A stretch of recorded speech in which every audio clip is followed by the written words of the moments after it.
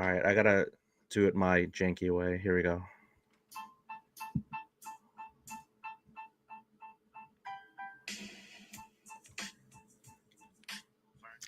All right, it is episode 103, which is the third episode of season 3. I love the numerology 3 3 on 11025.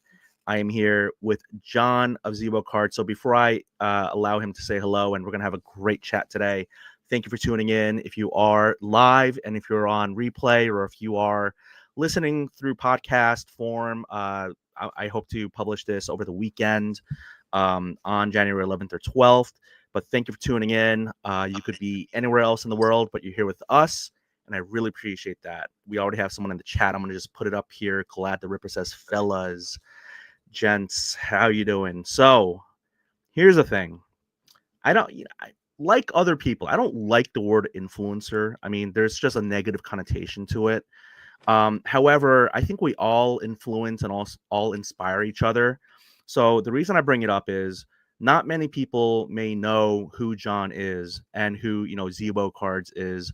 That said, he is on Instagram at ZBO Cards, and we're going to talk about player collecting and many other things because he's a font of knowledge. And I remember talking to him on the phone earlier today, and I was like, "Can you just say I want you on the pod?" I've been meaning to have him on the pod since the inception of this podcast, but like I wanted to get to the point where I was talking about like sealed wax, and this was before the CT scanning stuff, because he actually likes to buy loose packs online, and I remember asking him like, isn't that like the most dangerous, or like isn't that like really terrible or hard or difficult? And we'll get into all of that. But the reason I bring up that word influencer is because he actually influenced me and or inspired me. And by that I mean very, very early on when I got back into the hobby and I was on social media, Instagram. He had one of the best and continues to have one of the best player collection pages and accounts. And he has a very, and I don't think this is his like bailiwick or his profession, but like he takes amazing photography, and he would zoom in on like the, I don't know what to call them, like the rivulets or the surface of the cards, and he would just take different angles, and it was just so beautiful. It was like almost like romantic way of looking at these cards, and that inspired me to try to play around with my camera settings and try to, like, back then I was only just taking pictures of cards. I wasn't showing my face on camera. I didn't have any video or camera presence or anything like that. So I got to thank John. And also, if you don't like my content, blame John, because he actually has been one of the reasons why, like, when you have one of these like OG supporters, like these are the people who I and other people are so lucky to have. They're the people who inspire you. They're the people who support you, who uplift you. I mean, he's seen me go through just everything and back on hobby Instagram. So as I allow you to introduce yourself, John, like, thank you for your card friendship, really. Yeah, man. Yeah, no problem. You're welcome for that. And yeah, happy to be here. And yeah, I mean, as you kind of mentioned earlier, this all, was kind of sparked from, uh, Instagram and me, as I kind of do, kind of trying to keep you in check every once in a while. I was like, I notice that you overanalyze things, or you kind of just, you get so far in the weeds on something. It's like by the time, you're on slide 19 on your story, it's like you've kind of forgot the main point. Like, what are you even Yes. talking about? So, and this was specific to price. It was like, you were talking about the LeBron card, and you had a pull up, and it was like, hey, you gave all the information you needed, and it was just more so I kind of was like, you know what? I was like, Denny's overanalyzing again. Yeah. I need to just kind of say, hey, this is what this card's worth. And, and I did not have the understanding or the perception that you weren't the buyer, or I mean, you weren't trying to sell that card at the time, Yes. but, I was kind of Yes. speaking to you from that perspective. Yes.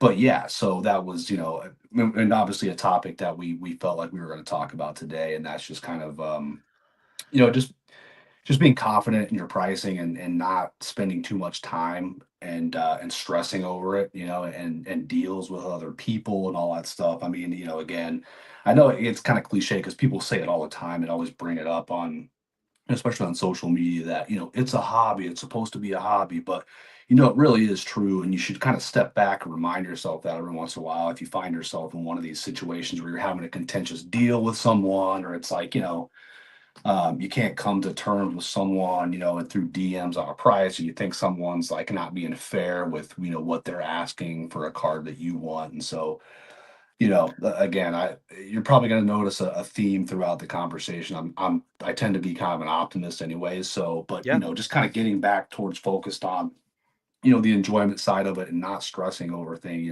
Again, it's a hobby, right? So, um, but that was kind of the origin of our conversation, and we can spend as much time kind of talking about Yeah. that as you want. But in all fairness, it's I think that's kind of mainly my piece, is just use a tool that you can rely on, like one of the popular pricing apps, and eBay data, whatever. But it's just so easy.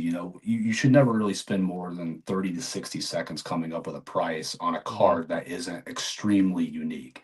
If your card is a 101, or it's like, you're talking like a six-figure card or something in that range, well, sure, you want to be sure that you're getting proper value for it. But again, I think, as I mentioned this on our phone call, but you'd be surprised at how consistent the market is and how often it takes control and speaks, and if you are the seller and you're having a hard time getting rid of a card at a certain price, well, there could be a fundamental issue. You might not be willing to part with that card as much as you really think you were in the first place. And so, again, we're talking about like general stuff here, but just overall, I think a lot of people in the hobby itself, whether they're selling stuff kind of for fun, to kind of accumulate some funds on eBay, or whether it's through other community members on Instagram or other social media sites, just to be willing to, kind of give and take, because it's going to come back, either way. Like, there's going to be times when you kind of give someone a favorable deal and vice Hmm. versa. It's all going to come back around. Again, it's, price discovery and the card market is a lot more efficient than people realize, unless, again, you're just kind of giving stuff away without really understanding what you have. But, I like to think that most of the people that are collecting in the same sphere and space that we are tend to kind of know what they've got, right?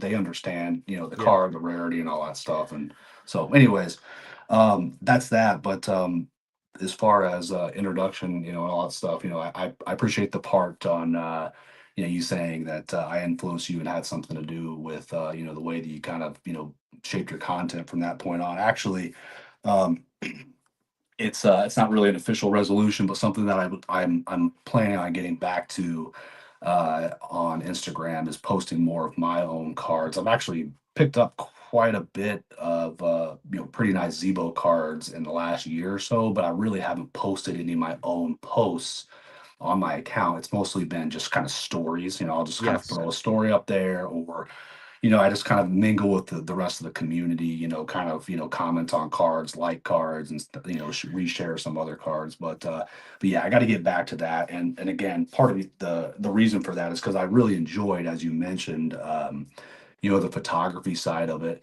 And in all transparency, I was just using I just got a new phone, last month, but the phone that I was using that whole time was probably like an iPhone, 14 Pro or Hmm. something like that. So, Hmm. which again, they're amazing devices, but it's not like I had some high-end camera. I was just, I was utilizing this, excuse me, I was utilizing this light box because, Yeah. in our condo we lived in at the time, I just was having a hard time. Like, it seemed like everywhere I was, when I was trying to take a picture of a card, the light was always overhead and I was always in the way, or my phone was in the way. And it was like, how, this isn't how I want to represent this card, like, this is a Right. pretty badass card. I want to be able to show it off. So, um, I started to take a couple other measures, and, held a light box and some little stands, and just kind of like, getting up close and letting the camera kind of focus and refocus real quick. It's pretty Yes. Yes. amazing That is so how important.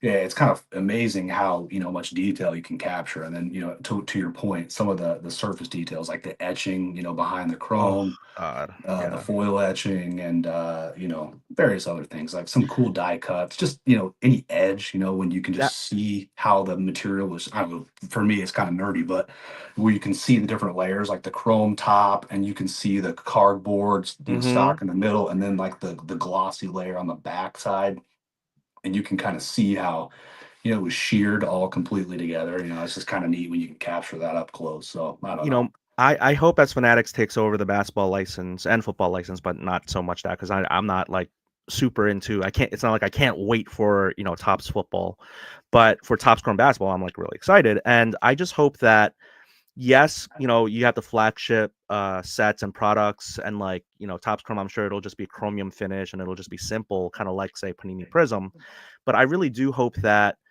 Fanatics and Topps kind of take a approach of like, listen, these cards are like artwork and we want to actually not just make it look nice but feel nice. And I know no one wants to feel cards anymore. Everyone wants to just slab them up and just encase them in their eternal plastic tombs. But like Mhm. I remember, like you remember, those sweet shot signatures like that. Even though it's not a real basketball, it's like you got the dimples of the basketball and the players are signing over it, right? Mhm. You got like the foil finishes on top of, like, I know like Crown Royal has foil finish and all that stuff, but what I'm talking about Yeah. is like what you're talking about, which is I'm just smiling different. right now because I've got Yeah, every single card I'm picturing in my mind. Like you were talking about the 96, 97 Upper Deck rookie exclusives with the basketball, texture. yeah, Actually, there were a couple sets that used that. Fleer actually used it yes, in 94 for their All Star set, but it was a wow, subset. But, um, Crown Royal. But yeah, you're right. I agree. I really hope that, cards can, I mean, the thing about it is that, as much as I want to be, the old guy who's like, oh, cards aren't the same anymore. I mean, if you do look through, Panini's, full canon of cards that they put out on a yearly basis, there are some sets that do have some similarities and kind of resemble and have the look and feel of some 90s sets. I mean, I'm just kind of and to be fair, I haven't really dabbled in a whole lot of NBA retail in the last year or so. Like 20, even like Wemby's year, I only bought a couple, retail packages. But the something that kind of comes to mind is like Illusions. I've always felt like Illusions kind of had like a Flair showcase, kind of look and feel. Not as underrated, high quality of like the mid '90s, mid to late '90s, where it was like right? really nice high gloss, but like those early 2000s ones. And so Yes, um, and then there were and I think Illusions also has a lot of inserts that are acetate. So it's like they kind of mm-hmm. they combine both of that. It's like they got the, it's like all in one set. It's like Flair Showcase base, the inserts are acetate. So, there is some effort, on their part that I've seen. And actually, so um, a really interesting way to kind of tie this into Zebo is so for those that don't know, why I collect Zebo is I went to high school with Zach, and he played, and I played freshman ball the year that he was a senior, and we won state. But um, it's one of the most elite basketball programs in the whole country. It's out of Indiana, which is known for high school basketball. Like Mm-hmm. all the biggest gyms. Like every single gym in our conference was like 7,000 8,000 people. The biggest gym in the Stands, world, yeah, the biggest high yeah, school in the gym in the world was a part of our conference in Newcastle. It seats like 9,500 people. So I'm it's like wow, when we go to these, county games against, county schools or sectionals, and there was, the place was packed, and there was a, yeah, there's a scoreboard that hangs down in the center over the hardwood. It's like, that wow, that was normal to me. So, but wow, anyways, so that's where I come from. And so I went to school with him, and there's a lot of pride there, being from Indiana. It really is a big deal. It's hard to explain, but it's kind of like Texas with football. Like, it's mm-hmm. basketball really is every single, it's integrated into everything. It's hard to explain, how really every single driveway's got a basketball hoop in it. And so, anyways, went to school at Zebo, and then, like most people though, around freshman year, I was playing basketball. I pretty much stopped collecting cards at that point. Like most people want, most kids that once they got to high school, you kind of stop collecting cards. It's so crazy how many people our age, kind of have the same similar story because, it's all the same. You're getting into sports, you're saving your money so you can spend it to go to the movies with friends or, take girls out or, put money in your gas tank so you can, ride around town, get in trouble. So, stop collecting them. But kind of what I'm getting at is that, Zach went from, the next year he played at Michigan State and then he Yes. went into the NBA. So within, a year and a half, 2 years, he was on basketball cards and I had stopped collecting. So, right around or before, kind of right around the pandemic, when I got back into it, one of the first things naturally that kind of clicked was, oh shit, like I bet Zach's got a lot of really cool cards. And I was like, I stopped collecting like right before. Like, why didn't I ever even get like a couple of his cards? Like, why didn't I Yeah. think about that? It was just kind of crazy to me. Well,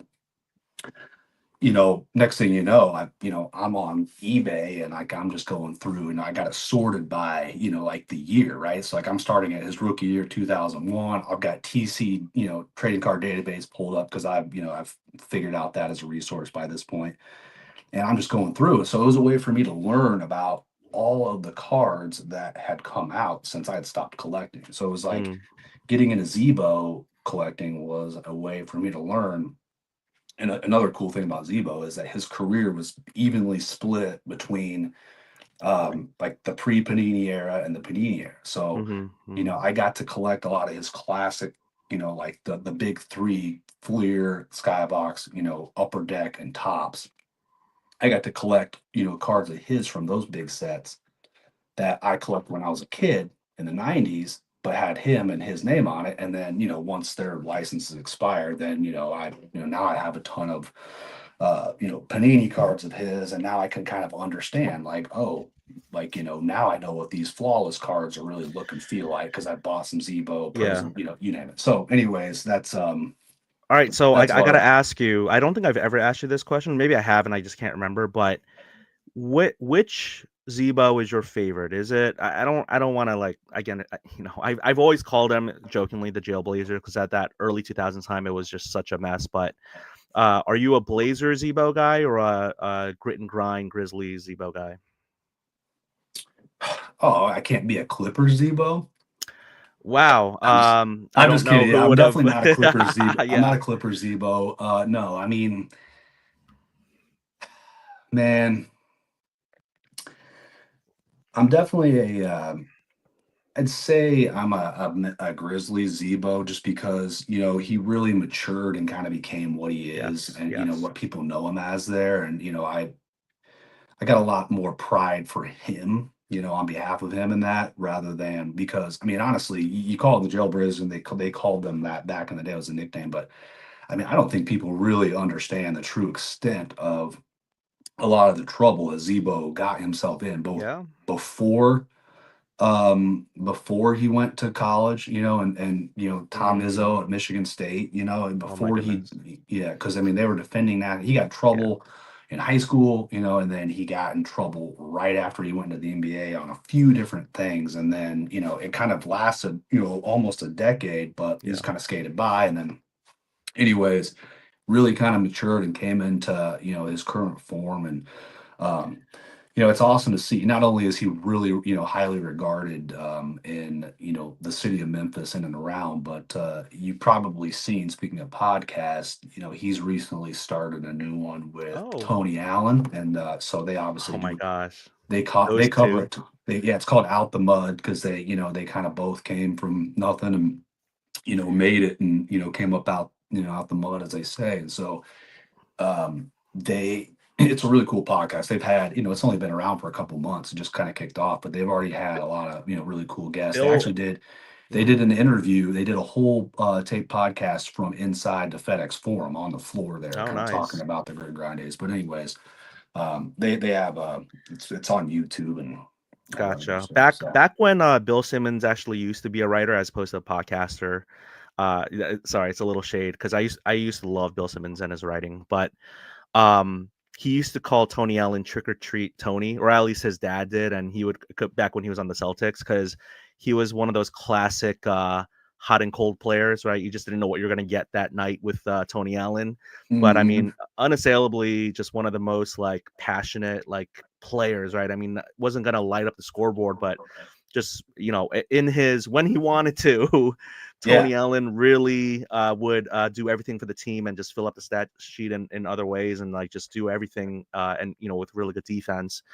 And I feel like him and Zebo, like I am like a '90s basketball kid where I know everyone wants scoring, but and we can go so many different ways, but like the state of NBA, we briefly talked about it today earlier this morning, but it's like I'm not a I don't love the current state of the NBA where everyone's just jacking up threes and there's like no defense, there's no interior, there's no post play, there's no it's just a 3-point contest. And I know you have your thoughts on that you can share here, but that's narrative that I've been not just fed, but like I try to watch these games and I really have recently been gravitating more towards watching another scripted sport, wrestling. Sorry, shade to NBA and NFL script writers, but I really find myself gravitating towards just kind of like something that's I don't know more nostalgic maybe is what I'm looking for. I don't know what I'm looking for, but the current Yeah. NBA just isn't for me right now.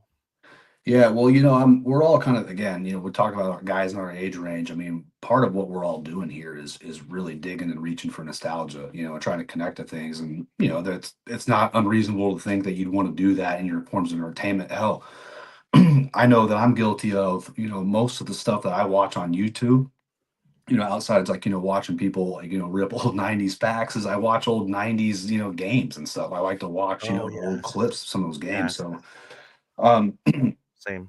and that's not because I'm trying to replace what's on TV now with it. It's more so, it's just because I'm digging into that. But it's not unreasonable to think that, you're kind of seeing something and saying, well, I don't really recognize or know this. And uh, it's kind of similar to music too, like there's the further away you kind of get from being like fully connected to this stuff, like, Hmm. I'm sure every single week, you hear or see something whether it's on the internet or on the radio, it's like, who the that song by so and so. You're like, who the hell is that? I don't even know who that is. They got like different characters in their name. That's like not even, it's like you got to like press shift just to like, type those Yeah, on the keyboard. yeah. It's like, Umlaut, another yeah, little how baby. do you even pronounce that? Yeah, Like, do I say the ampersand or what? yeah, Anyways, but yeah, but so the further you kind of get disconnected from that, it's like, the less familiar you are. And yeah. so it really is dependent on, and this is one thing I kind of, you see people that are really big college basketball fans that also like the NBA and all that stuff. They don't have much of a problem with because they kind of see and relate to a lot of these guys that are coming in. But Hmm. guys our age, we we start to pick up responsibilities, and you start to you can't keep up with everything, and part of that sport. So you do kind of lose some familiarity with, and therefore you're not quite as connected with a lot of these current players. This is just the truth, right? Because Yeah, when you're a yeah, it's true. kid, when you're a kid, these guys are, larger than life men, and you got all Hmm. the time in the world to sit there and think of, whatever. Now you got bills to pay, Everything. kids, Right, run, you can right, only watch and consume so much of this, no matter how much you try. And so, and they're not larger than life to you anymore. They're right. big ass dudes, but now they're the kids. And so it definitely, kind of takes a different perspective the older you get, no doubt. But now as far as like, my perspective on the league, I do watch, quite a bit. Again, I love basketball. So basketball is basketball. I watch the hell out of it. And so I try to catch as many of the, especially the made for TV matchups, the ESPN and the TNT games. Um, and the style of play is definitely interesting. I mean, you don't perception is not just it. I mean, you can look at actual data. You can look at Stats. Yeah, shot. You can yeah, look at shot charts. yeah. Actual shot charts and see that the game has evolved in the sense of where the shots are being taken from. And Yeah, like 56 attempted three-pointers by one, like it's just insane. It's Mhm. It's I it, it I is absurd, and it's kind of like you know, here's an interesting perspective though. So let me drop this in, and I know that it's analytics has a lot to do with it, right? But right. that's because they're saying, and here's why they're saying, Agree. well, you're 3 feet up this way. If you step 3 feet back, you're not really your shooting percentage really doesn't change that drastically. And so why that is not really it's almost like a symptom of the jump shot and how proficient NBA players got at it over time. Right, right. So, the mid range was the thing, but let me get put kind of like a vision and viewers and listeners' minds. All right. So anybody, I know anybody listening has probably been to an NBA game or a basketball game or a few, and you've probably gotten to some a little early. Well, we all know how many of you have talked about it, like with a friend, like, oh yeah, we got there early and they were doing warm-ups. It's just amazing how good those guys can shoot. Like when they're just sitting there uncontested, Yeah, just yeah, shooting yeah. around, it's like Uncontested. I Right. barely ever saw them miss. Even the centers, man, like they're just, Yeah, they're just draining everything, right? yeah. I've been seeing that ever since I was a little kid. Every Sure. NBA game I've ever gone to early, you're sitting there, whether it's the pregame warmups or the actual pregame warmups. I mean, these guys are just drilling everything. They shoot the ball for a living. They make thousands of shots a day. So Mm-hmm. it's kind of a symptom of that. These guys got so hyper focused on being such good shooters that they do it all the time, and so much time and resources and money is poured into the sport now that, I mean, these guys are literally chucking up 1,000 shots a day.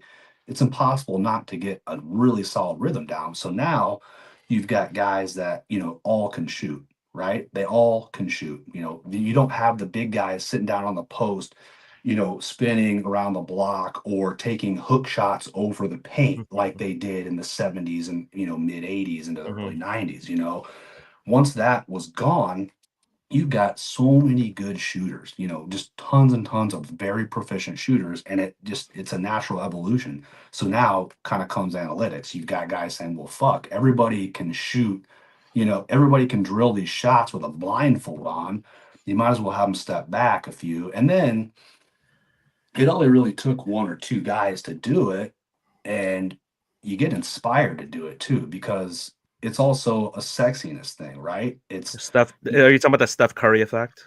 Yeah, the 3-point shot, Yeah. there's it's sexier than the mid-range jump shot. So there's that effect, right? Just like, I mean, look at, all these games, look at the games and, every sport, like the home run play in football, the passing game, things like that have started to, kind of be the focus, right? So you got Mm-hmm. the rules and you base strategy off of it. Well, what can you get away with within the, confines of those rules? Well, in the NFL, it's gotten to the point where it's gotten so exciting, they've actually started to mold the rules in favor of that. Well, in baseball, again, now we've got guys that aren't really worried about hitting the ball to get on base. It's like, people are knocking the shit out of the ball, and that's what's sexy. And it's not really much different. Games go through evolution, and something gets,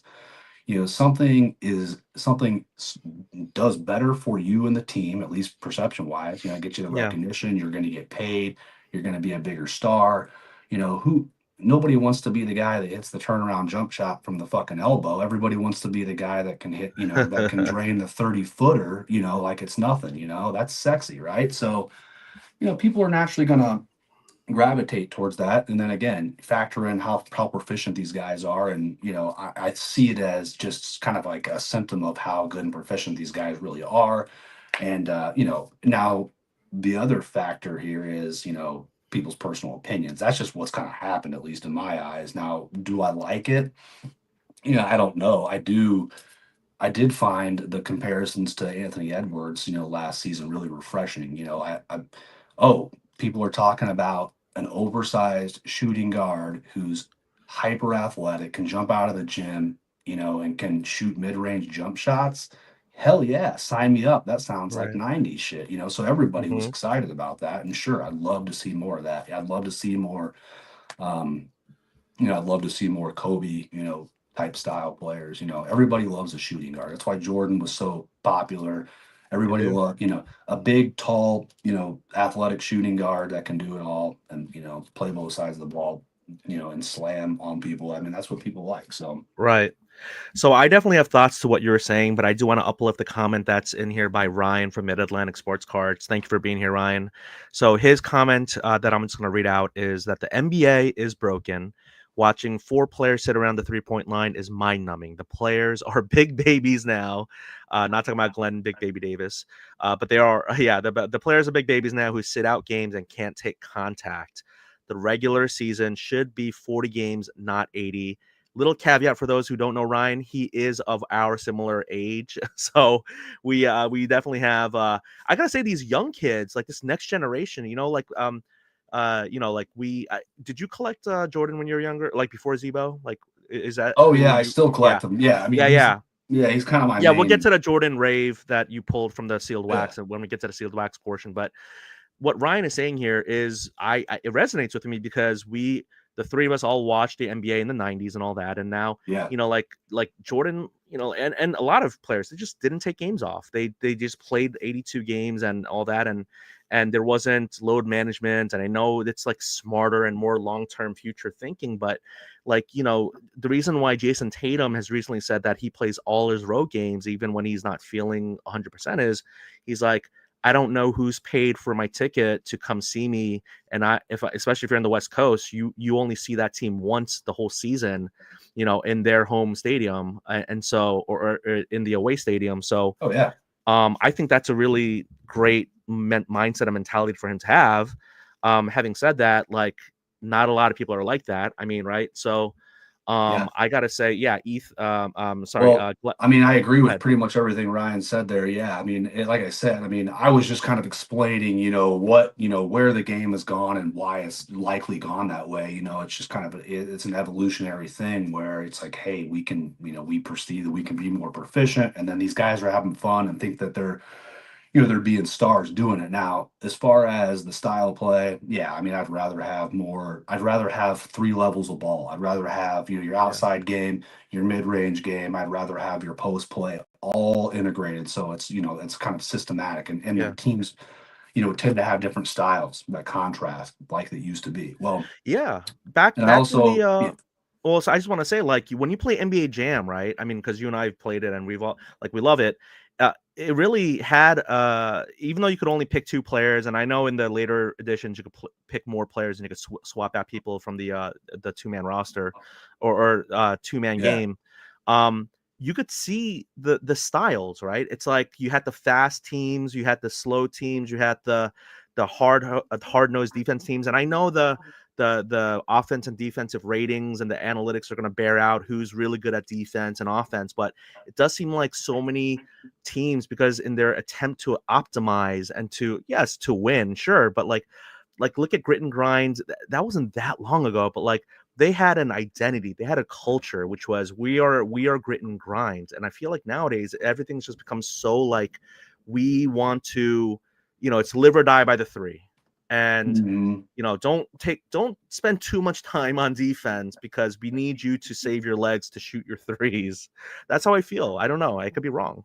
Yeah, absolutely. I mean, again, all the things that Ryan, one of the viewers there mentioned is spot on. Again, you know, first of all, the I think the biggest issue, the style of play is tolerable if these guys are actually playing, they're committed to it. But yeah, I don't like the increase in injuries and the fact that these guys are sitting out so much. It is way too much, and I know that they've tried to put measures in. I don't know exactly how you solve it all, but it would be a great thing if they, hamper down on that even more. And Tatum's got the right idea. And, this is, something I think he mentioned, he was even a little bit more extreme with it. He's like, this might be the only chance that these people ever get to see me play, not just Hmm. this season, Right. because, they only come to those things. But, in every single NBA stadium, you look around, there's between, 17 and 20,000 people. Well, and at every single game, there's at least one person that's never been to a game, and there's one person that will never be to another game,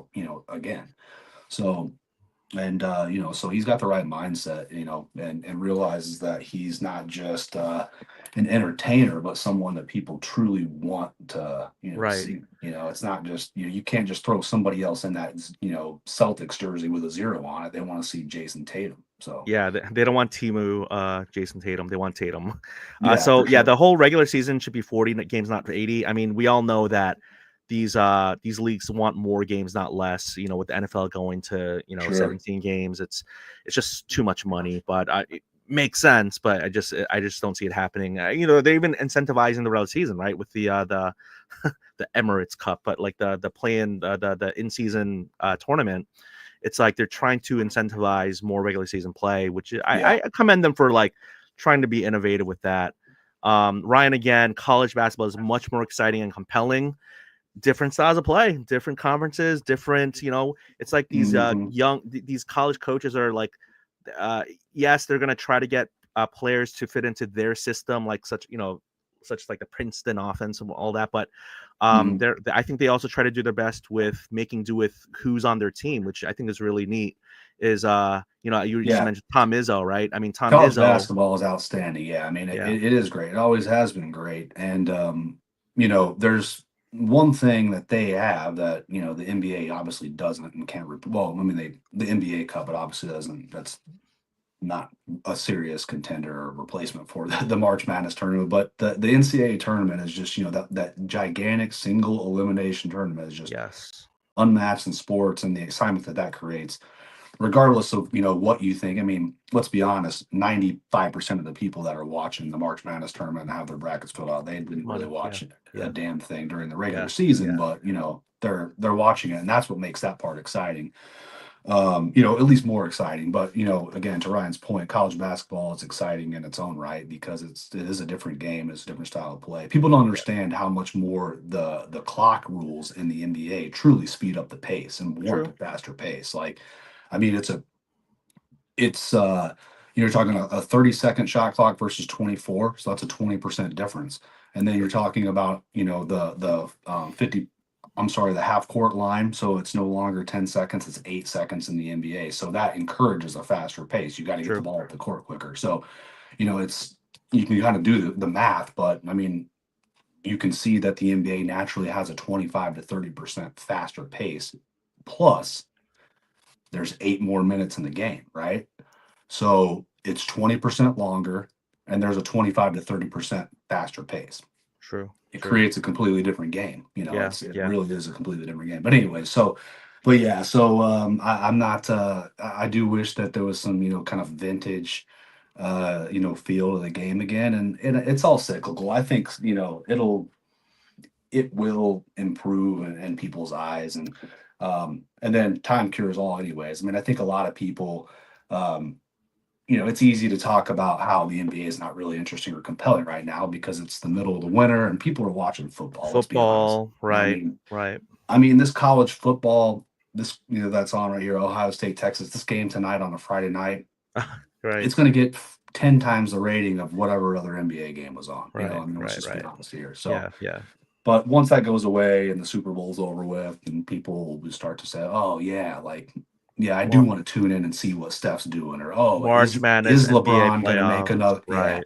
is LeBron going to make another run?" Or I mean, people will start to tune in. It's not going to be we're not going to be setting any viewership records this year, but it's like all things, it's probably not as dismal as people are making it out to be. Right. So And the other thing, because I put it in the chat about basketball being the most like egalitarian sport, but like, yes, US viewership is down, but I don't know what the numbers are internationally, but other than soccer, like basketball is such a global international sport where it's loved and still consumed heavily by, countries outside of the US, especially mhm, like in the, East Asia, and like you have some great EuroLeague players and like there are people who are choosing to go to Australia to post college to like do to do their 1 year there and to develop and all that. And so yeah. I mean it really is like such a great international sport.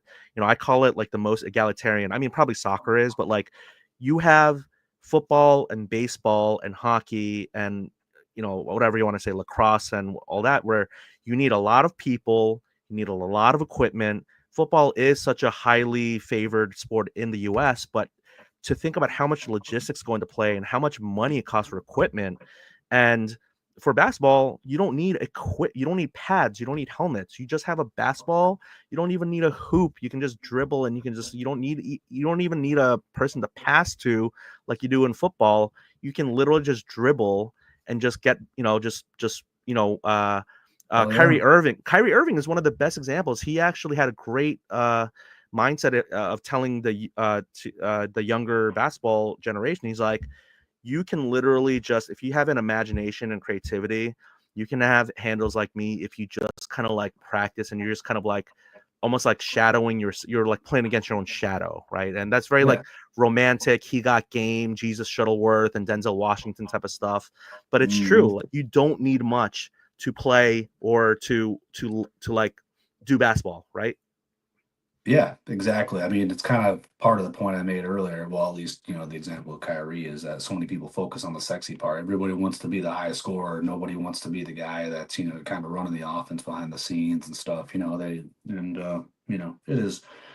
But but yeah, man, I do love the game, and I think basketball is, it's widely loved, regardless of what people are saying about it here in the States. Yeah, And yeah, it's true. again, I don't think we're gonna have any record-setting viewership, throughout this year's playoffs, but it's probably not gonna be as bad as people predict. So Yeah, I think so. Q Train, thank you for being here, Ethan. He says EuroLeague arena atmospheres are awesome. I mean, literally, they have flares going off. Like oh you see yeah, oh yeah. Serbian. Oh my gosh, like they are like chanting. It's almost like a soccer stadium, like the bleachers. You talk about like the high school gyms, like these stadiums, like they're just like rocking Yeah, I and mean or I mean arenas. what they knew, I mean the type of fanhood that they really knew and understood was, the soccer, side, Yes, what yes, they call football, rabid. obviously. And they just, I mean, it was just an easy boom transplant. They just integrated that right into, how Yeah. they approach, these games at the professional level, these club teams. Yeah, It's yeah. pretty cool to watch. We think about American fans. I mean, probably the closest comes is like Philly fans, but like the fan bases. I mean, they can get too fanatic and rabid, right? I mean, they can do like racial insults to players and throw things on the field and be really like they'll fight each other. Like the the soccer, the EPL, like these the ultras are just fighting each other in the streets. So that's not great. I guess another example would be like the Dodgers and the Giants, where that one guy got killed because he got punched in the head. I mean, it can get too extreme, definitely. But so having said that, Q Train says waiting to see if the NBA and EuroLeague crossover to do some competitions head to head. I really like that. I mean, yes, they would have to just EuroLeague would up their game and all that, but like, Yeah, like what do you think? they used to do some like preseason, matchups. I don't know if they still do, or I haven't really heard of them, but like, I mean, shit, I think like Kobe and the Lakers, they went over and played like Real Madrid and, some of that stuff. But yeah, I mean, Maccabees, yeah. it's probably too much of a risk for the NBA to do that, like in an actual like championship style format or something like that, in case their Mhm. teams lose, and that really kind of, I don't know, hurts the brand. But Do you remember when Noah Lyles is like, "Oh yeah, you got to beat all the international teams to be called a world champion"? I remember Noah Lyles he's actually a Alexandria, Virginia native, but yeah, he really got into some hot water with people for saying yeah, that was all a goofy conversation. So yes, yeah, no, he they knows were how they were to. all talking on totally different wavelengths. But Oh, totally. Glad says with them shooting so many threes, do we see an uptick in WNBA viewership because it negates its advantage of ultra athleticism? I coach youth basketball. I mean I don't tell my kids, hey, watch WNBA, but if I because the kids are too young for YouTube and all that stuff, but I would say, and I've been told from other youth basketball coaches, if you get the kids to watch WNBA and college games, it's so much more of what they do on court because none of these kids in the youth basketball leagues are going to actually, penetrate the paint and go for a soaring dunk, but they're going to do a layup or they're going to do something that's not above the rim play. And so I really like that idea because, we're talking about basketball, but we're being so, male centric. We're like completely not even talking about the women's side of the game. So what do you think about what Glad's saying here? well, I mean, it's gonna be hard to attribute that specifically to fans kind of crossing over in the NBA just because of the explosion the WNBA has just had and is probably going to continue to have, and especially because in relation to 3-point shooting, actually, because Caitlin Clark is obviously kind of the underlying thing here that we're talking about, right? And Mm-hmm. she's had a huge impact on the game, and has really brought a lot of viewership to it and stuff like that. So among some other players, and there are a couple other players that are on deck that are outstanding, that are just as good as her, and they're all pretty proficient shooters from out deep. Honestly, it's kind of funny. The women's game, there's been a lot of really good shooters in the WNBA for quite some time, and Mm. their ball's a little bit, it's 1 inch smaller in Yep. diameter. It's the same size rim, so there's a larger margin for error there, and so those girls that practice those shots, quite a bit integrated in the game. There's been a lot of really proficient 3-point shooters for a while in the WNBA, but yeah, I mean, So Caitlin Clark, she's kind of one of the like the Steph Curry style. She's not just firing up 30 footers, but she's, shooting 10, plus threes a game. And so, yeah, I mean, I think for multiple reasons, yeah, people are just going to be generally more interested in it. And, I mean, why not? Yeah, absolutely. Plus, it's at a different time of, year. So, the seasons don't overlap. And, That's true. That's true. um, yeah, it was perfect for them the way it all worked out last year because there was just there was no gap and thirst really for the Caitlin Clark effect and everything that she had done, all that momentum that had kind of built up in women's basketball. As soon as the NCAAs were over, they were the draft occurred, and then it was like within a month they were playing games again and all that. So So I am being, I feel like I'm being like such a bad host because we're getting away from cards, but I love talking about basketball and I love talking to you, John. mhm. But let me, let me slightly pivot because I do want to talk about sealed wax because you do the very, in my opinion, just very dangerous thing of buying sealed packs online. But I Yeah. love this basketball conversation. Clearly, there's hoop heads in the chat. I mean, Ryan says, does the NBA have revenue sharing? Revenue sharing is key. I believe football has it, baseball doesn't. I believe the NBA does have revenue sharing with the MBPA, the Players Association, and the league. But I mean, Yeah. like we can just address that real quickly. But I did want to ask if you collect women's basketball cards and PC, anyone like that. But if you want to talk about revenue sharing and then go to women's, go ahead. So I don't really, I don't collect any women's basketball players, but I mean, it's not like I wouldn't be open to it. I mean, I've always watched the women's game. My family has, but so I've kind of been familiar with the players for a little bit. But their products really just kind of started, because they really only had like one or two products, and it was just like, like, am I gonna buy Yeah, this stuff and stuff? So but now that the product line is expanding, and they're now they've got Origins, Prism, Select, and like a handful yeah, of them. It might be something I'm open to, but I'm not really getting serious consideration. But yeah.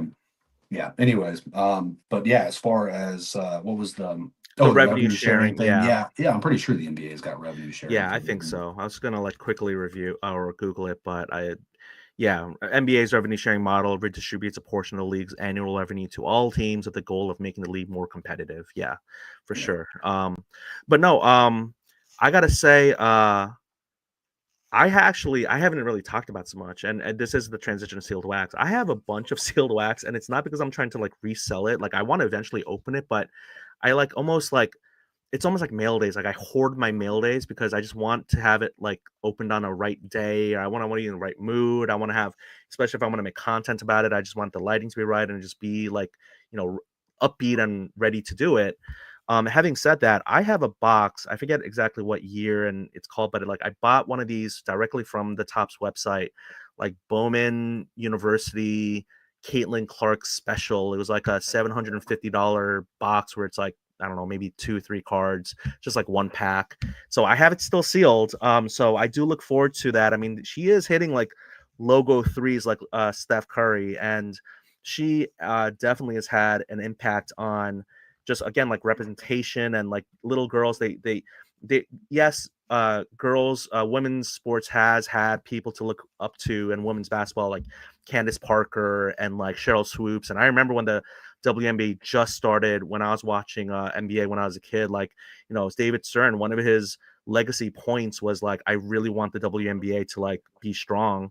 And, it took a while, but, it's gotten better and it's at its peak right now. But having said all that, like, I mean, I would love to see like I'll admit because I'm not like a baller collector like Caitlin Clark cards are just unless we're talking like base or like high numbered parallels like her stuff is like super expensive like the autos and like the Yeah, oh yeah, low yeah, low yeah. A numbered lot of stuff it's just demand for it for sure. I mean, yeah she's super popular. I mean, so I mean, there's yeah no that's what you get. You're gonna get high priced cards, and yeah collectibles are her stuff for sure. So I mean, it'll probably cool down a little bit, but only after a product offering. I mean, it's kind of the perfect storm for her. I mean, Panini and Topps have not really held back. They've printed shit to the moon, but still, yes the fact that there's only a limited scope of products.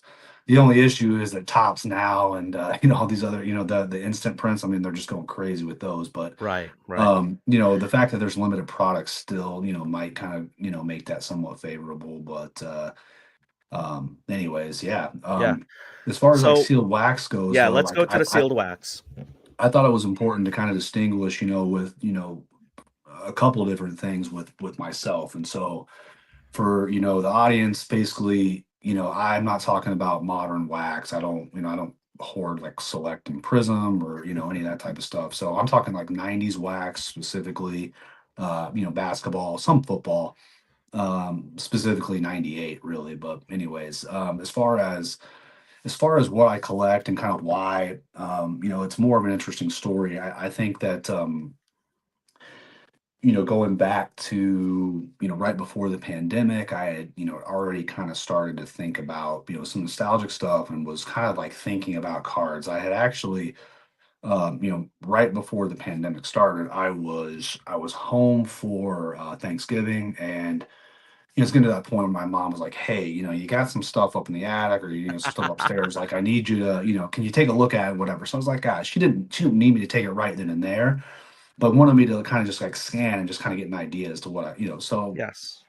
and we were talking a ton of junk. She'd kind of refined this down from like my room in the old house before they moved, and so it was all sitting there nice and neat. Well, I go up there, I start looking at it, and sure enough, I'm like, I see these big, huge, white 4-row boxes.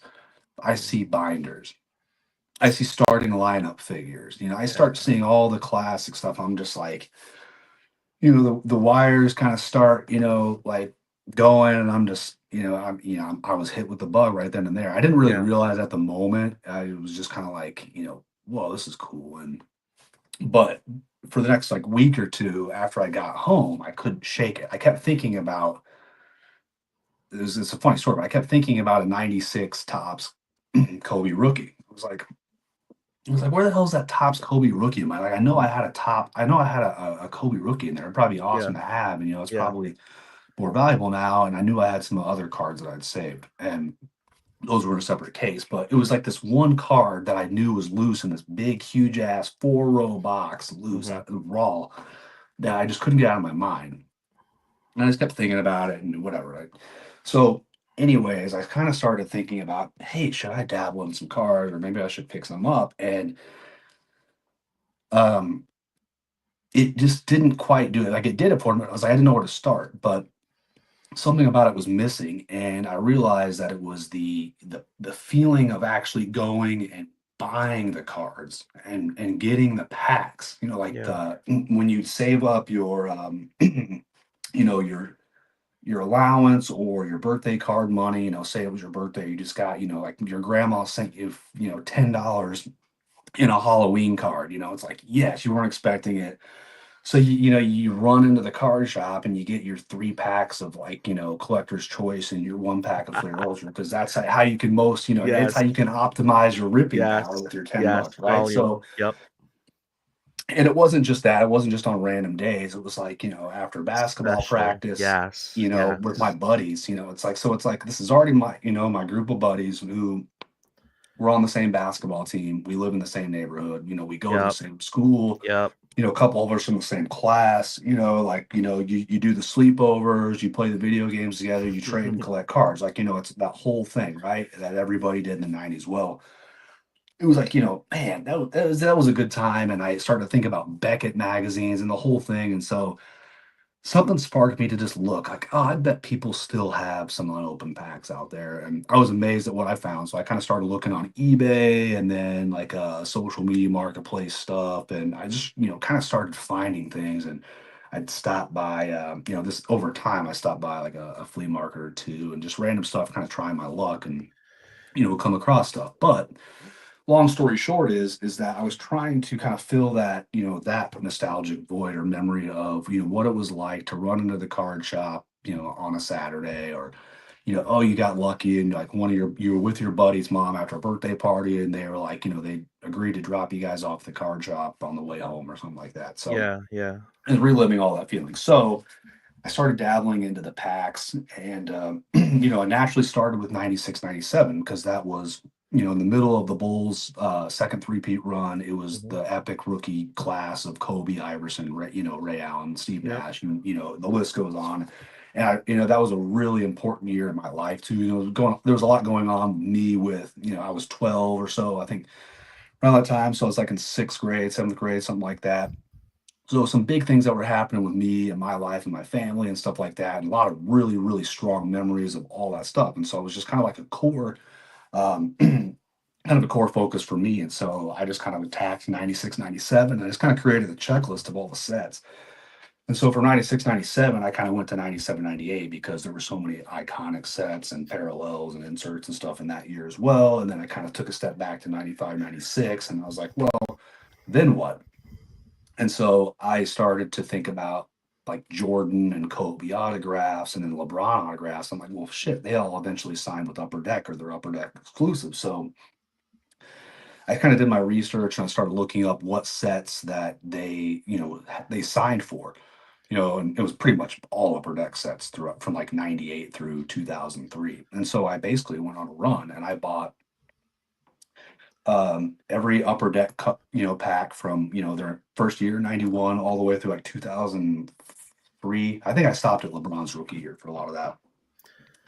And then like SP Authentic. I was like, oh shit, Love because they SP signed for a Authentic. lot of that, and those Yes. were, their premium line. So So I started yes. buying all of those. I did the whole run. I bought packs from 94 all the way through to 2003. Are So I we got, talking like one pack per year per set or multiple? it kind of depends on what I was fine. Like, what I was pretty aggressive. When I get something of mine or have like a goal or checklist, I don't just kind of like slow pick. I tend to buy a lot of them. So I built my checklist, did my research, got all my sources lined up, and just started pecking away. And pardon me, my throat's getting dry. But if I, Yeah. if one of the cards, one of the packs I was looking for, you know, came in a lot, it came in a full box at a really reasonable price, or there was like five or six of them in a lot where I was Right, getting right. Rip some, keep some. because another thing you have to kind of keep in mind that the marketplace was very opaque at the time and people weren't really looking to make a ton of money off these things. This was like late 2019. So people were just kind of Okay. listing them because they weren't super valuable at the time. People were just kind of Pre-pandemic, listing yeah. them, Yes. whatever. And so, Right.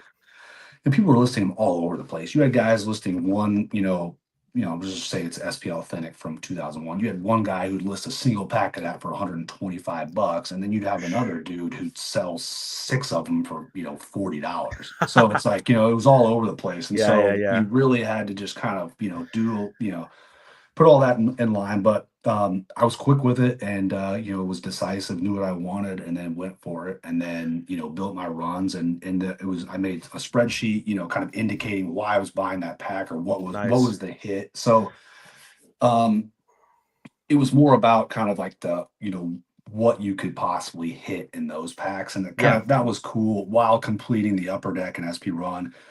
But the nostalgia was really in, I think you can probably see it on the wall. That's actually a case with a I'm gonna bunch of try packs and in it. put a So focus spotlight on you. if I might just grab, Solo layout. All right, I'm gonna solo just throw it layout. to you. So, Yeah. I got my well, but so this is a like one of those wall cases. And so Yes. this is actually kind of to highlight my point. So this is Oh, 96, that's so this is cool. 96, 97 collector's choice. And so these are Yes. the Upper Deck sets through UD3. And then I started hoops. And then the Fleer Ultra, Fleer Metal, Flair Showcase. Yeah. That's the first serial numbered cards, and then Skybox Premium, EX Oh, 2000, yes. Oh, and then the Z Force packs, the two first Z Force sets, and then SP Authentic actually, and then Tops Chrome, Stadium Club, Finest, oh my Bowman. So this is the gosh. whole Tops, Oh, I and love this. then it kind of gets down to 97, 98. So then Yeah. this is like the last dance year. So then Hmm. Ultra, which platinum medallions, star rubies, and then these are the metal universe packs. So that's obviously the precious metal gems. So So um, I buried the lead because I definitely want to talk about your biggest pull, which is the Jordan Rave. It wasn't a super rave, was it? Or was it a it it was was a just a number out of rave actually. out of Here, 500? No, 399. Is this the? $3.99. Let me go ahead and Glad, grab real quick, just for the sake of the conversation and all yeah, that good glad stuff. while you're doing that, I'm gonna read out a comment from Glad the Ripper. Thank you for being in the chat, man. He says, "The discipline of this man, I can't let Pac sit around, even haunted hoops." I know what you Yeah, there's a mean. lot of this stuff too. So you see all these Oh my boxes. goodness. So it kind of it's actually not. It's funny. Actually, I ran into a thread on Blowout, and it's really interesting. So it's a show off form. It's like one of those, hey, showcase all of your sealed wax. I could share the link with you, but it's like, That's social media. Show it off, right? I mean, yeah, it's like you gotta share it's it. like 100 different pages. It's just tons of guys. A lot of it's like old baseball and Yeah. stuff like that. But anyways, a quick side note on that. It would probably be an interesting thread to revisit some of the more recent posts since the CT scanning thing has kind of hit hobby mainstream conversation, because I'm about to yell.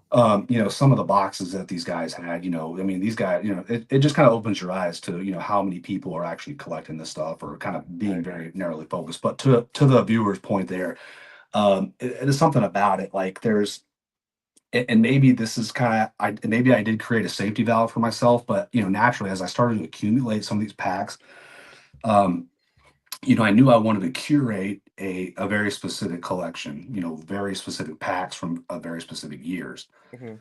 But as I started to accumulate some extras and I kind of checked all those boxes, sure, I was like, all right, I'm going to start to create a separate, storage, compartment with stuff that I can rip. So I got my rip stuff that's separate, my actual collection. So there's really just no incentive to actually touch these, the cards that are in this case and then some of the other ones, because they mean too much to me. And so that part, that's kind of where, like, I don't know. It's hard to explain, but I No, don't want to open those. I But know what you mean, because it's like, yes, some people may see it as discipline, but it's also for some of us, it's like you can't imagine opening it, because it's not just even like the what could be in there and the potential, but mhm, that actual unopened sealed pack represents your childhood or the mhm, nostalgia. And again, like that seminal moment in your life when you're going through a lot of things with your family, and just kind of like,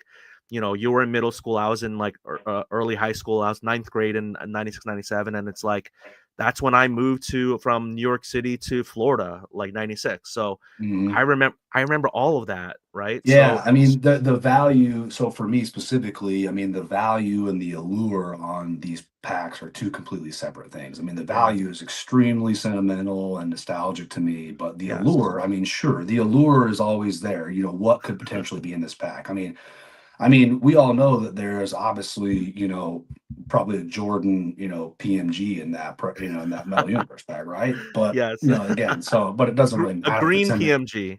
Doesn't really A, matter if it's in yeah, there or not, yeah. because it's my pack and I got the damn card in there. So, but So anyways, it's all.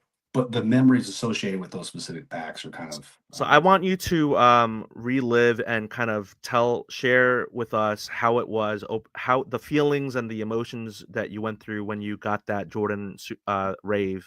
But before I give you the floor for that, I did want to say John and I have met in person. We were talking on Instagram before that, and just just kind of rooting each other on and saying great photos and all that.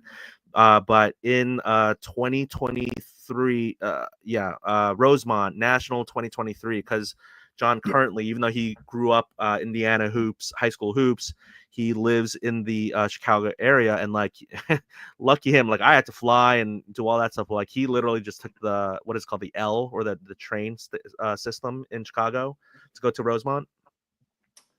Yeah, I don't remember how I might have taken the L up and then an Uber back home or something like Okay, that. But okay, yeah, yeah. yeah, But yeah, you live in exactly. that, Yeah. yeah, you live close enough Yeah. where you didn't have to get a hotel and do all that. But when I met him, John gifted me, and I always forget like the whole like 90 it was a 97 UD3. So he knew that one of my prized possessions, which isn't worth a lot, but it's the season ticket auto. It's actually funny, right before we started pressing record, Nat Turner posted something that in the most recent PSA magazine, which I don't get anymore because I'm not a collectors club member, but he posted 3 MJ cards, and the middle photo was the 97 UD3 Yeah. Jordan season ticket auto, which nowadays everyone has the Contenders optic auto, season ticket auto, and all that. But that was like the OG season ticket, and as a kid, you never saw, whoa, this card looks like a game ticket, and there's an autograph, on card autograph on it. I mean, back then it was all on card, but Yeah, yeah, that's actually I know the post that you're talking about. He was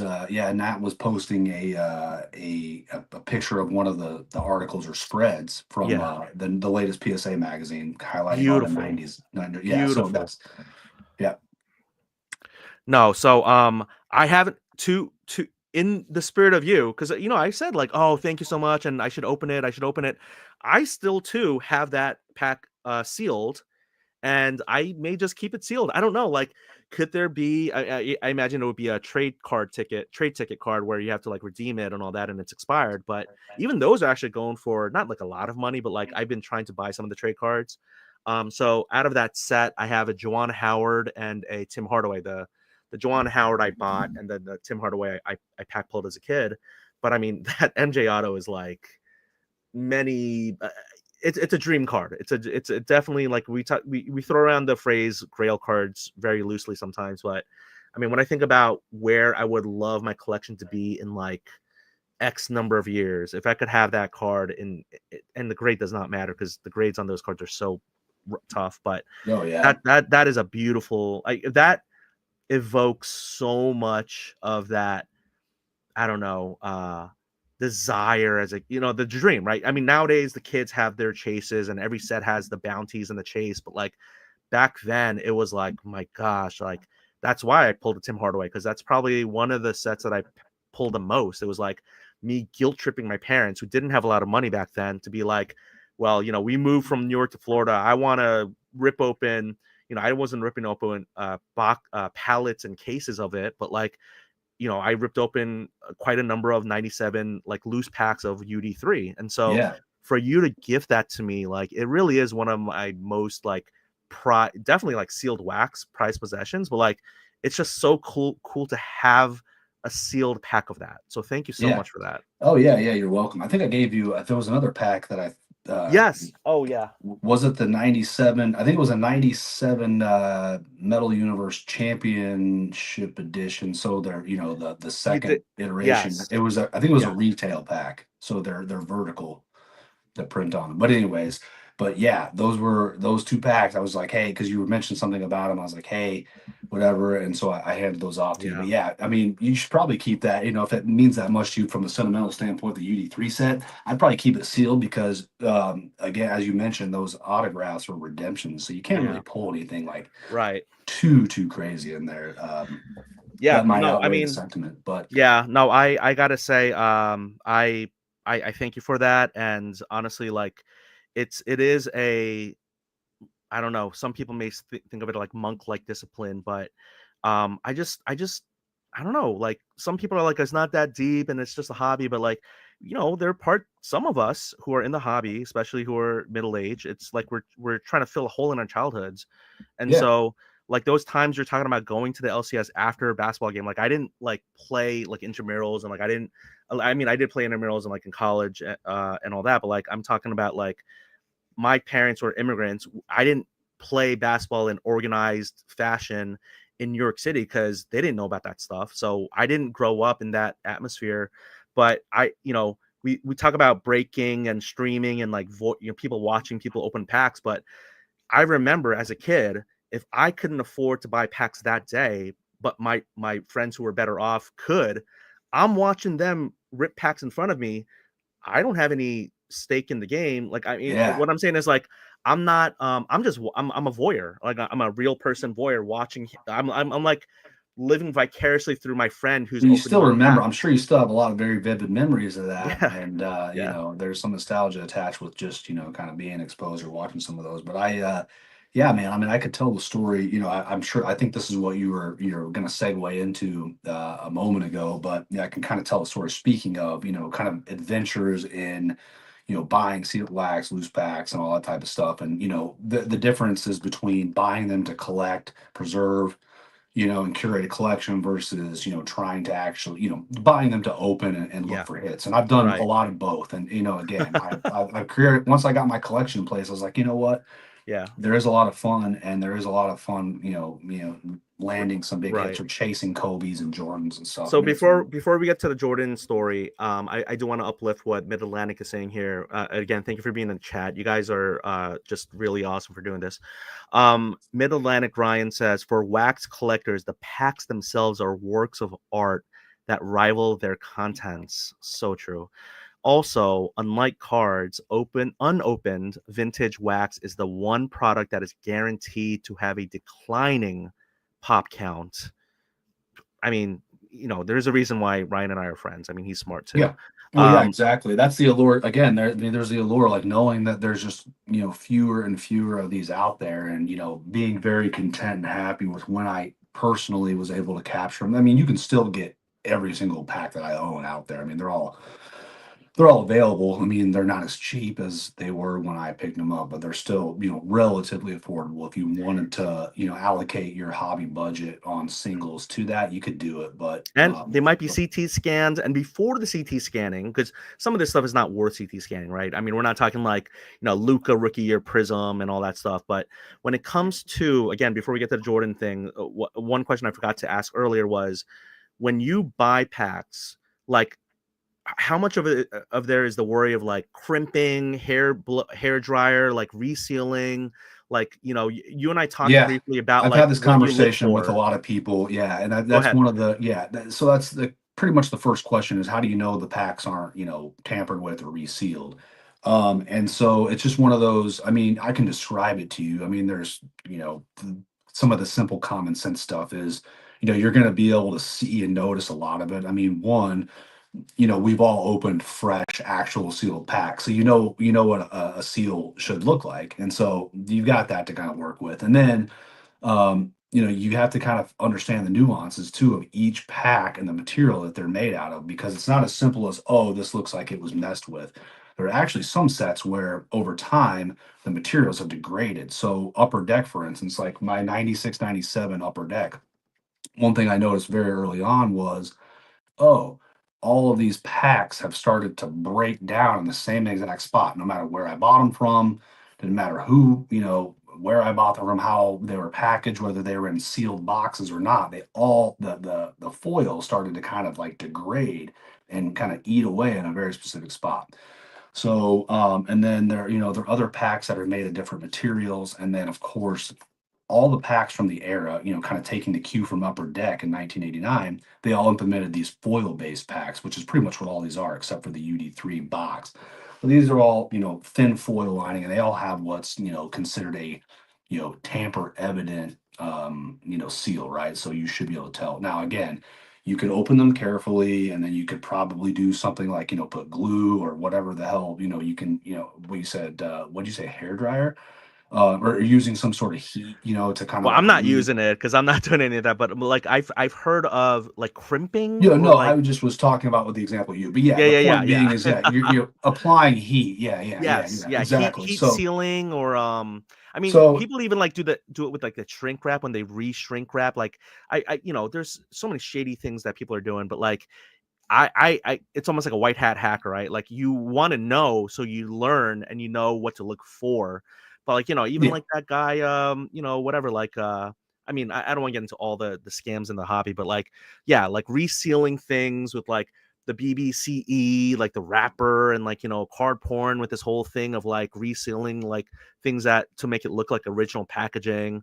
But I yeah, yeah, mean, yeah. it's how can you tell from photos on eBay though? Or are you contacting the sellers to like, make Well, a have a yeah. dialogue? So again, yeah, there's tons of nuances here. So, first of all, when I started buying these, I started, looking at who, all the different sellers, and I really, I started to kind of break down who the sellers were and what they were selling, and again, what's the item. So, if I'm looking at like a 94, 95 Skybox Series One pack, I mean, that's a $4 or $5 pack. Yeah, I'm, yeah, no one's, pulling a highway heist on that. Well, yeah. There's if nothing. if if I'm buying a 96 Tops Chrome pack, well then, my diligence goes a little bit further. So, Yeah. who's the seller? What's their reputation? What have they sold before? What other items do they sell? You know, like, does this make any sense for them to be selling this? You know, and then you know, what have previous buyers said in reviews about similar products? Have other Okay. people bought sealed packs? Because most of the people I knew at the time, I could just kind of tell from reviews that most people that bought 90 sealed packs opened them. And so, you know, looking at all these other past reviews were a good cue or, you know, insight, you know, hey, you know, great packs were great, came, you know, perfectly packaged and sealed, you know, opened them up with my cousin and, you know, we hit lots of, you know, George or lots of Kobe and Iverson rookies like we did when we were kids, you know, like, Yeah. you know, random stuff like that. So you just have to kind of, again, be very careful, play your, you know, play your cards as you would. But again, I'm also, um, not as untrustworthy as a lot of people are. I'm not stupid either, but Yeah. you Yeah. know, I just, you know, I use common sense, diligence, and then good faith, and then make a judgment call. And, you know, again, what is this pack for? What am I doing with it? And, you know, all that. Who's the buyer? Or, I mean, who's the seller? What's their history? What do they typically sell? And then you use pictures and look at them. And then, you know, if I ever got, I think it only happened once on eBay, but I got something and I've seen this from other examples and I've just known. So I kind of knew what I was working with. But I saw one that just didn't look right. And, um, you know, it was kind of a higher impact and I kind of questioned it. And then the sell, I mean, I just knew immediately. I just said, hey, you know, because I have a kind of a way, there's just this one line I use and it kind of sniffs out the, you know, the truth no matter what, whether they realize it or not. And then I just kind of took action with eBay. But and they took care of me. But yeah, it's again, it's not that deep, not that serious. You know, you just have to be smart and diligent, and then Okay. you know, overlay a little bit of good faith. But you can tell. I mean, again, all these packs, like once you get one in hand, you can tell if it's been messed with, and if someone's very carefully closed it, you're likely going to tell. Like if you're in the business of actually opening the packs, well, I mean, you're going to know if it's been resealed because it's not going to actually, you know, crimp and pop. It's just going to, you know, it's going to kind of pop open. So, I see. but so that said, I think it's a good segue to get into because there are times when I bought packs just for the sake of buying the pack and to have the pack or to say why the hell not. So going back, it was a few years ago. I'd already had my actual pack in my collection, but I just noticed, you know, kind of perusing different listings that someone had listed 24 packs of 97, 98 Z-Force Series 1. Oh my And I god. kind of thought about this. I was like, you know, well, 24 packs, they're hobby packs, and 24 packs is the amount of packs that um, come in a hobby box. So, well, this is basically a hobby box. It's pretty sweet. So, um, but the thing that just kind of threw me off was that in the title, the seller, you know, advertised them as bricked. You know, first word bricked, 24 pack lot, something something Z Force, and I'm like, well, Mhm. fuck, whatever. It was they're like really cheap. I was like, I don't care if they're bricked. Who knows like how brick they are? Maybe they are actual brick. Maybe, you know, maybe they're all completely ruined. But maybe they're just kind of like maybe this guy opened one pack out of a, you know, Yeah. some old Yeah. packs that he had and it just kind of came together, you know, came apart weird. He's like, oh, these I, are brick. I So guess he was honest at least, but yeah, I mean well, he yeah, was exactly. So, you know, he's honest. And so which, you know, again, there's a lot more detail on these packs than you might realize. But so this particular listing, I realized, okay, well, this is actually, I've been thinking about this set and I've been thinking about a Jordan Raves. I mean, the story is just, it's truly unbelievable. It's mind blowing. It doesn't, you, most people won't believe, you know, the whole thing, but I was looking for these packs as a collector of these packs and I wanted to kind of open some. And I thought to myself, you know what? So what if they're bricked or if they're damaged? I want to pull a rave, you know, and fuck, it'd be awesome to pull a Jordan rave. I don't really care if it's damaged or whatever, like yeah. whatever. It'd be awesome. So they were so fairly priced. I was just like, hey, I made a little bit lower offer, accepted, boom, and I think it was like $140 if I remember. It was something like that. It's Oh 24 my packs, and it was gosh. like so, you know, most people are like, damn, for bricked, you know, that's hot, that's expensive for bricked packs. But no, I was like, you know, I'm gonna test all this, whatever. I'm Yeah. gonna roll the dice, and so Oh on and my so forth. And gosh. so the packs show up, and actually, they I had ordered them when I was out of town for the holidays. I Came back, remember. Yeah, I I remember had this is gotten holiday back time. home. Yep. So they actually delivered on December 27th. This was a couple years back. Yeah. They delivered on December 27th, which was Yeah. the day that we had gotten back into town. Mm-hmm. And so I opened up the package and I looked at the packs and I just kind of like spread them all out and was like, oh, this is fucking awesome. I can't wait to open these. And I'm good forever. So I kind of put them in a box underneath my bed where I had them stored, kind of out of sight, out of mind. And then, a few hours later, in the evening, my wife was, she was going to put our daughter down. Our daughter was like, 6 months at the time or something like that. She was really young.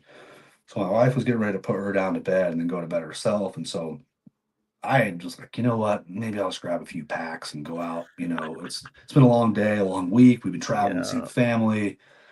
I'm gonna go sit out by the Christmas tree and just kind of, give myself some peace of mind, rip a few Yeah. packs and just, whatever, decompress. So she's in there, she puts my daughter to bed in her bedroom, goes to bed. And I don't know what I was doing for how long it all lasted, but I'm sitting down and I open up one pack. I kind of felt the packs before all this, and I was like, these don't. And I kind of like felt the side of the cards Yeah. before I'd Yeah. even messed with them earlier, and I was like, these don't even feel like they're stuck together. So this is Mm-hmm. shit. Maybe I got lucky. Didn't realize at the time that these things weren't bricked at all. I mean, so I take the first pack. This is in the evening. Like I said, time progressed. My wife's putting the daughter to bed, and so I open up the first pack and they're coming apart just smooth as butter, Oh my and gosh. they're just great. I'm just like, man, this is awesome, dude. Like, this is great. I got a whole box of this. Hopefully they're all like this. And so I set them aside. I grab the second pack, and I rip it open and I kind of start going through. And again, the whole time I already told you this, and this is pretty obvious. Who the fuck isn't thinking about hitting the best card in the entire product? Like the best hit you could possibly hit. Everybody. I mean, I was just hoping to truly get lucky and have the fun experience of saying I pulled a rave. I didn't really care what it was because this product Whoever was it was. Yeah. 25 plus years old at the time. So, Right. well, anyways, so This is pack number 2. so many things are checking off here. It's like I got so lucky on the listing, the price, it delivered. I was able to get it right when I got back in town. The packs were not bricked like they said they were. And so, anyways, I'm on the second pack and I start, kind of flipping through and I see, because the names are horizontal on the side, I start to see the Yeah. sparkle. Or I'm sorry, the written vertical, Vertical up and on that down side. Yep. along, one of the sides. And so Yep. I say the sparkle and I'm like, ooh, like your heart kind of starts racing a little bit and you're breathing. I'm like, Yeah. oh fuck, here we go. I hit a rave, man. Nice. But like the way that the cards that I was holding, they all slipped. I was trying to kind of keep it a mystery to myself and have fun with it, but they all slipped over just enough to where it was like, wait a minute, that was that was this said Jordan. And I was like, nah, it didn't. I'm talking to it in my head. I'm like, no, I didn't fucking say Jordan. Like, chill out. Like catch your breath a little bit and chill out. And so it's probably somebody else. So it's probably Ronnie Cycli or something like that. And so I kind of flip. I keep flipping and another card, and I can't handle that point. I was like 2 or 3 cards. I was like, fuck. And I just flipped. And there was Mario. It was actually Mario Ellie. The Mario Ellie card was in front of it, and it had, as I moved him back over, it had kind of stuck to the card. I'm like, oh fuck! And then so I kind of carefully removed the Mario Ellie, and sure enough, it's the Michael Jordan rave. It was staring right at me, and I was just like, you've got Oh, to you be. got to. You can show it to us to the Yeah, people. yeah, it's in hand. So it's like I Oh was like, you my have got to be god. fucking kidding me. So it's actually the videos on my Ah. Instagram. The videos Yeah. on my Instagram feed where I wasn't recording myself ripping it because I didn't think this was realistic, but I kind of picked up. I was like, Folks holy in the shit. chat, put some. I mean, that card deserves fire emojis. You know how like these burgers like put the fire emojis in Yeah. the chat. Like, So I it's mean, number that card. It's number 39 out of Oh, 399. oh. And Let yeah, me I let mean, me let me put this in solo layout so everyone can get a real good look. she's clean as a whistle. So it's really nice. And yeah, I mean, centering edges, surface, all the foil, everything is really nice and clean. So it's we've talked about it before. Everybody's always like, "Why aren't you going to grade it? Are you going to grade it?" And I was like, knowing this and how they grade, and how technical they are. I mean, like, I don't want to send this in and then, have it come back a 5 and just, it kind of feels like they're calling your baby ugly. So it's like, I pulled this, I'm never going to sell it. It's, I'm just cool for keeping it how it is for now. Maybe eventually I'll consider it. But anyways, I like being able, speaking of holding cards, you talk about like holding and feeling No, don't cards, open but it. like, oh no, I You do? open it up a few times a week. It's in one of the promo sleeves, and it's in like a penny Okay. sleeve. Okay. But yeah, so it's like, it's just Oh amazing. my Like, gosh. if it's in a PSA slab, you can't do that. You You can't actually can. like you can't actually admire the card and the work of art and Oh the my cardboard. gosh. Dude, So I'm like I remember you putting that up in your posts and stories and I was like so happy for you. And yeah, I'm unbelievable. reliving like there's like this post I saw on Instagram where someone's like, you're I'm the type of person who's happy when other like secondhand happiness. Like I'm happy when other people are happy and like just Yeah.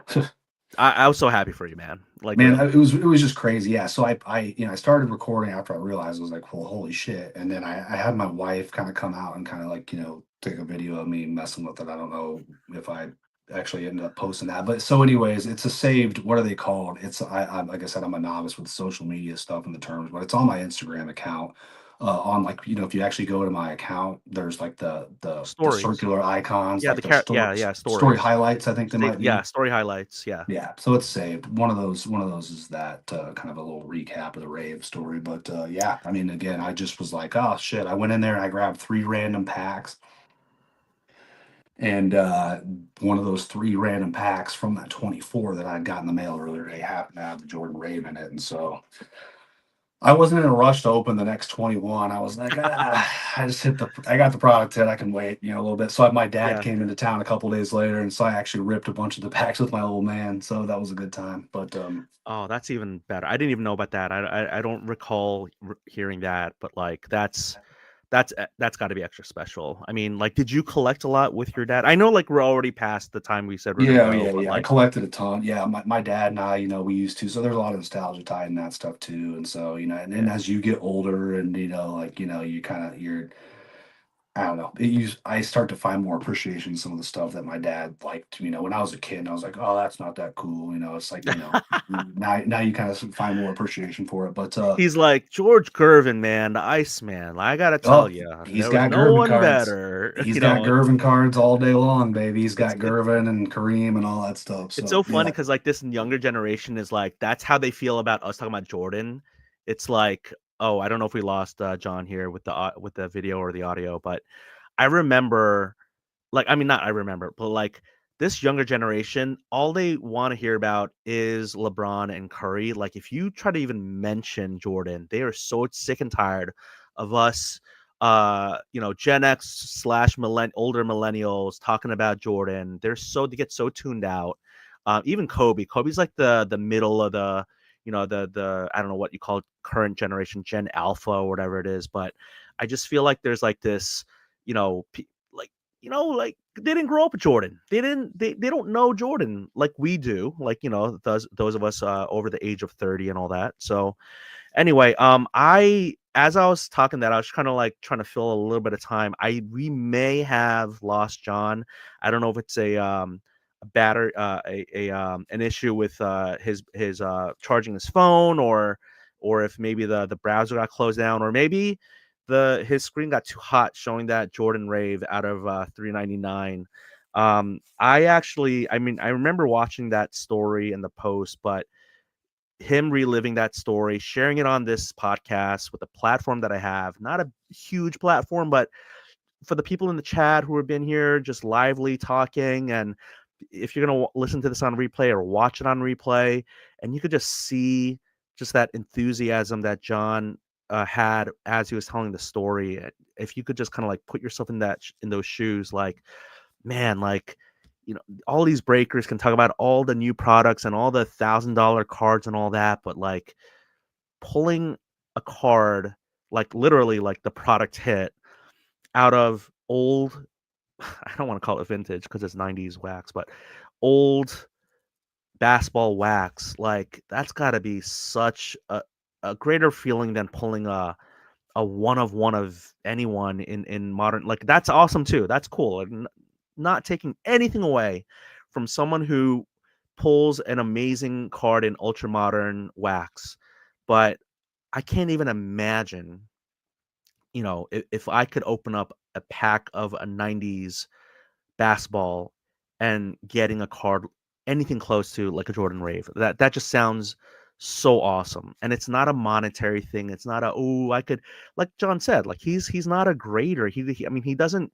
he's not flipping for profit. He's not ripping wax to see if he can flip this or sell this on his eBay. It's he collects sealed wax, and he pulled just a, an insane card out of packs that have been left sealed for 30 years. And I know right now there's a lot of talk and a lot of concern about CT scanning, and maybe like with really expensive single packs, CT scanning may be worth it, but people are CT scanning boxes and like high end because I don't know how much it costs a CT scan, but like people want to, if it's worth it for them to scan, they will do it. But again, no one's CT scanning Skybox 94.95.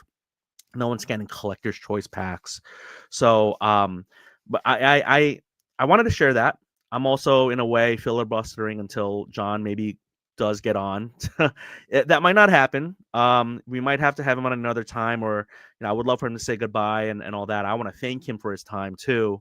I did not think we were going to go 90 minutes. I was hoping to go around the 1 hour mark, but as I doesn't matter how many podcasts I do, I just feel like when the conversation's good and the guest is good and like the chat is lively, I think it's just natural to go over an hour. I know the chat definitely contributed to this particular stream where there's some great comments that got uplifted. We did get away from talking basketball cards, and we got more into like the state of the NBA, which I wanted to do with John because again, he played high school, he played on the same team as Zach Randolph. Like there's like reasons for us to talk more than just the cards, because that's why he loves player collecting Zebo. Like this wasn't just someone he watched on TV. He literally was on the same basketball team as Zach Randolph, a future NBA player at that time, like a high school phenom, a college, phenom, like back in that day when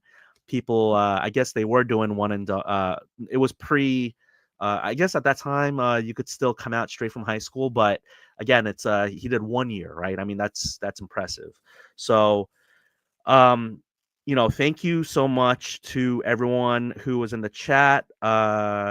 I got this last question I'll field before we go. I will ask this question. Glad the Ripper, who's been great in the chat, and he's such a great supporter of the YouTube channel and my content. He asks, "Do you know if he ever grades packs?" I'm gonna guess the answer is no. And I saw that display he had where it was all just kind of like displayed in the, in its raw form, or I don't know what to call raw, like ungraded form. But yeah, I'll definitely ask him that. Actually, I'm gonna see if I can see his. Oh, okay. I did check my Instagram DMs. He says he got cut off. Um, I won't mention why, but he can tell everyone the next time I have him on. But thank you, John. Thank you, chat. Thank you to the listeners of this. Again, if you're watching or listening on replay on YouTube, Spotify, Apple, I don't ask this much, but if you have gotten this far, this is the third episode of the third season. If you've been an avid listener, you know that I don't usually do the whole like, hey, leave a review and all that. This may not be the most perfect one because we've gone so long, but this was an awesome guest, and I plan on having some, like the guest list I have for this season 3 is like banger. It really is. And so If you'd like to leave a review, it helps uplift the channel. If you want to share the stream or the podcast, please do so. It helps a lot. It really does. So thank you all so much. And John, I gotta have you on again. It's simple as that. So thank you, Glad. Thank you, Mid Atlantic, and all these Q Train. All these folks who were just kind of like saying some really great things in the chat. Thank you for tuning in. Y'all have a wonderful, wonderful time in the hobby. Be good to yourselves and to each other. Take care.